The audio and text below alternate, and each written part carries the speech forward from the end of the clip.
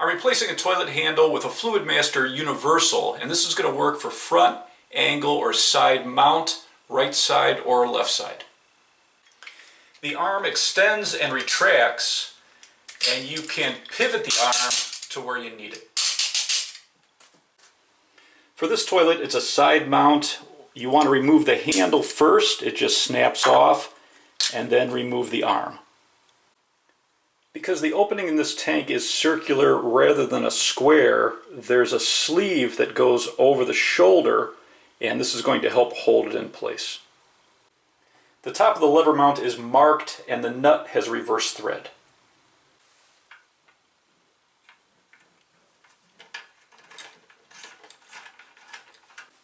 Now you snap the arm on and then snap on the handle.